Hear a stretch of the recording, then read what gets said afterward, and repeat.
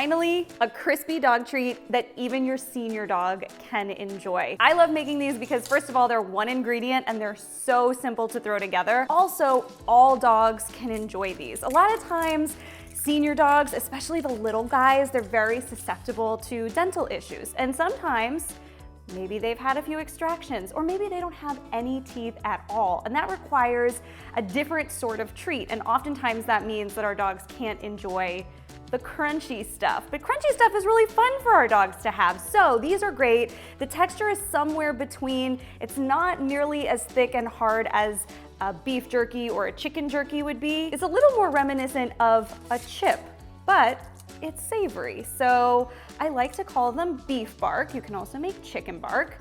Let's get cooking. To start, you're gonna preheat your oven to 250 degrees Fahrenheit, and you also want to line a small baking sheet with parchment paper. Once that's all ready, now it is time to actually make the treats. And I promised you one ingredient.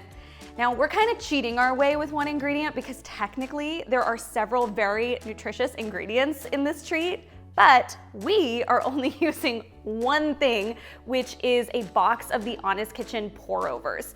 Now, I am making some beef bark today, so I'm using their beef stew, but I have tried it with other flavor combinations. So they also have this great one, which is chicken and pumpkin stew. It's their chicken and pumpkin stew pour-over. Really, if you look for anything in the pour-overs line, you can pick your dog's favorite flavor and use that. These are actually meal boosters. If you've seen them, that's probably how you've seen them be advertised before. You can pour these on top of your dog's kibble. You can pour these on top of your dog's fresh food.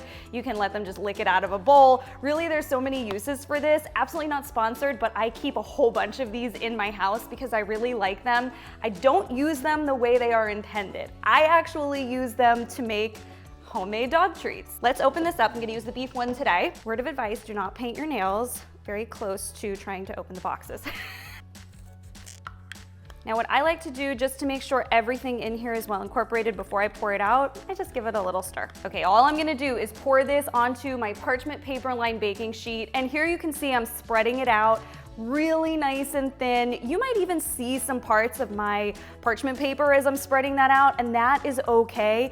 Really what you want to aim for is a very thin and even layer. Now, once it looks like this, we're gonna pop it into the oven. Now, everybody's cook time might vary slightly because number one, everybody's oven might heat a little bit differently, but also you might spread your stew out a bit thicker or a bit thinner than I did. So this might vary, but I would put your timer on for 2.5 hours. Check it a little bit before, because it might be done before then. Again, depending on how thin your stew is, but you also might need a little bit more time. So generally I say it's around 2.5 to 3 hours that these will dehydrate in the oven.